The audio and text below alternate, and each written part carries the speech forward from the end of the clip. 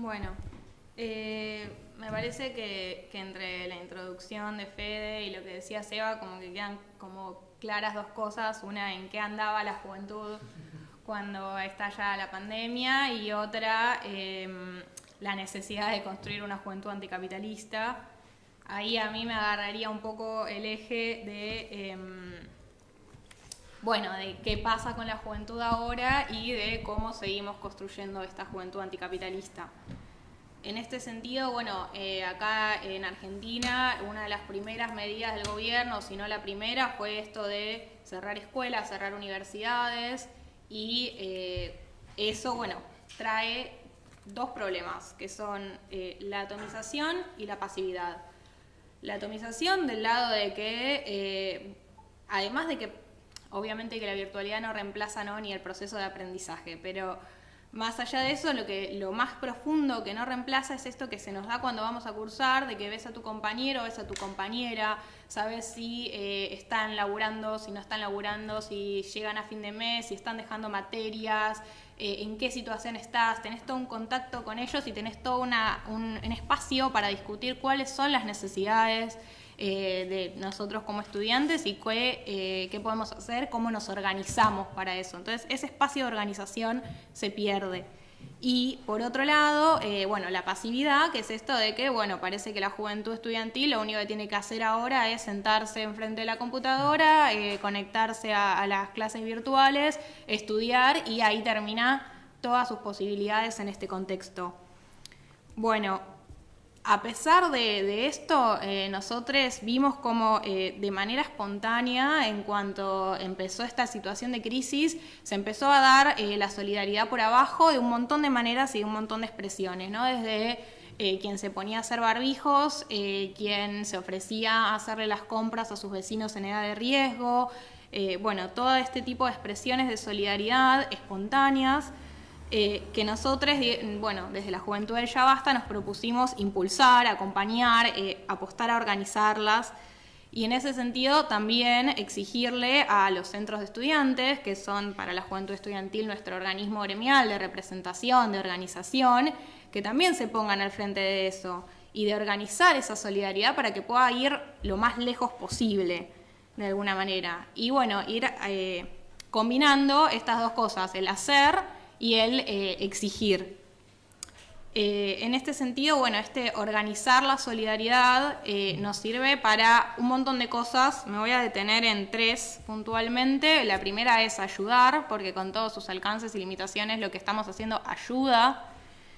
La otra es ir a contratendencia, ir a contracorriente de esas dos tendencias que mencioné al principio, de la pasividad y la atomización. O sea, no nos encerramos en casa y no nos quedamos haciendo nada. Y el tercer punto, la tercera como efecto de organizar la solidaridad, de impulsar la solidaridad, que me parece el más importante, es el de construir lazos solidarios, y puntualmente construir lazos solidarios con los trabajadores y las trabajadoras. En este sentido, y para explicar a qué me refiero con esto de lazos, que es que no solo vamos y les dejamos un bolsón de comida y nada más, sino que tejes un lazo con gente que también quiere ayudar, voy a contar un par de ejemplos de la experiencia organizando todo esto en la zona sur del Gran Buenos Aires.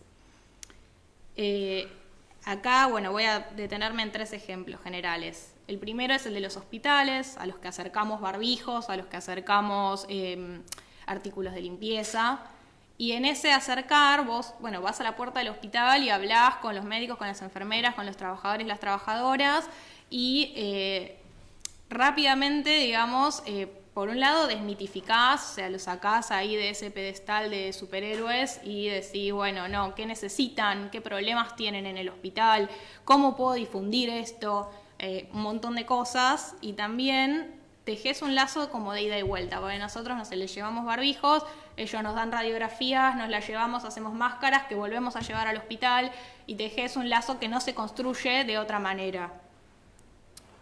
Otro ejemplo es bueno, los acercamientos que tuvimos a los comedores, que también te permiten como construir una relación con trabajadores con los que la juventud estudiantil en general capaz no tiene mucha relación, y que hacen un trabajo que de por sí es un trabajo solidario, o sea, el trabajo de los comedores, de las ollas populares. Y después, el tercer ejemplo así general, que tiene subejemplos, es el de los obreros, ¿no? Los trabajadores de la producción. Y en esto, bueno, me voy a detener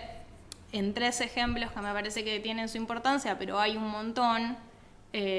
Uno es los trabajadores de Penta, que bueno, ya el caso es conocido, se mencionó en los paneles de ayer, fueron despedidos, la única respuesta del gobierno fue represión y dejar que los empresarios hagan lo que quieran, pero bueno, ellos estuvieron organizando en medidas de luchas de importancia, ¿no? O sea, cortaron el puente Pueyrredón, y bueno, todo esto lo estuvimos acompañando y además estuvimos acompañando, por ejemplo, ayer una olla popular en conmemoración, ¿no?, del Día Internacional de los Trabajadores y las Trabajadoras. También otro ejemplo interesante es el de los trabajadores de Ansabo, que también es un caso conocido, despedidos que ahora están peleando no por poner a producir la planta. Bueno, ellos también estuvieron organizando ollas populares que estuvimos acompañando, a las que llevamos las donaciones que juntamos. Y el tercer ejemplo que quería comentar es el de los trabajadores de Gotan, que también están peleando por ser reconocidos como una cooperativa y que inmediatamente empezó esta crisis se ofrecieron a hacer muebles para hospitales. Y bueno, en este sentido, o sea, todos estos ejemplos me parece que apuntan de alguna manera a esto de que es acompañar la solidaridad, ¿no? De que la solidaridad que nosotros impulsamos no es la caridad cristiana ni el paternalismo del Estado que viene a ayudarte desde arriba y nada más, sino es una solidaridad entre los de abajo, entre de explotado a explotada, de oprimide a oprimide, y que tiene toda otra riqueza. Y en eso, o sea, quería cerrar con citando un poquito de una nota de una compañera que se llamaba algo así como la solidaridad tiene muchos nombres y un solo apellido, y en la que ella hablaba, ¿no?, de la solidaridad cotidiana entre los trabajadores y las trabajadoras, la solidaridad fuera de la crisis y de la situación de pandemia, ¿no?, de cuando le prestás la sube a alguien, de cuando cubrís a un compañero de laburo que tiene un hijo enfermo, la solidaridad cotidiana que de alguna manera es como una marca de agua previa a la conciencia de clase, y que también, o sea, esa solidaridad tiene que estar necesariamente en cualquier organización, en la base de cualquier organización que se diga revolucionaria. En ese sentido, bueno, cuando entramos en el debate de qué es lo que tiene que hacer la juventud en este contexto, me parece como importante tomar eso y pensar, bueno, para mí, para nosotros, la juventud tiene que ir hacia los trabajadores y las trabajadoras, tiene que ir hacia las mujeres, hacia la diversidad, tiene que ir hacia los sectores populares y tiene que acompañar esta lucha, que es una lucha por la supervivencia, por sobrevivir a la pandemia, que de alguna manera igual yo mientras preparaba esto pensaba un poco que todas las luchas en alguna medida lo son, ¿no? La lucha por el aborto legal es la lucha contra los femicidios, la lucha de los trabajadores por sus puestos de laburo. Siempre hay algo de un elemento de lucha por la supervivencia. Y en eso está bueno pensar como que ahora uno lo puede pensar como la lucha individual, de me encierro en casa y me salvo yo, o como una lucha colectiva también, como salvarnos, ¿no?, como clase, como compañeros, colectivamente, como humanidad de alguna manera. Y en este sentido, bueno,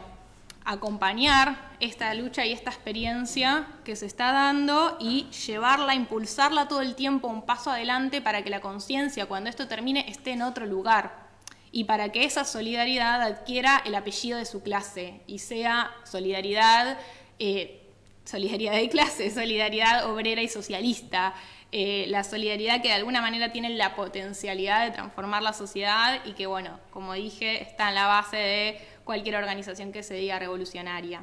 Así que nada, cierro con esto y le devuelvo la palabra al compañero. Bueno, y la tercera pregunta, tiene que ver un poco con lo que hablé yo, es ¿cómo pueden aprovecharse las universidades y centros de estudiantes para organizar la solidaridad? ¿Qué opinan de los centros de estudiantes que lo único que hacen es pedir clases virtuales y qué deberían hacer los centros de estudiantes. Sobre eso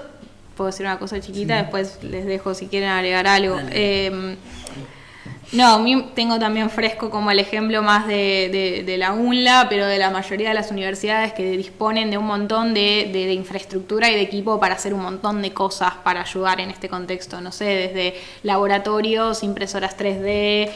un montón de espacio y de cosas que podrían ponerse al servicio, y además de un capital humano importantísimo que son los estudiantes que están estudiando justamente cómo usar esas cosas, ¿no? O sea, los estudiantes de enfermería, los estudiantes de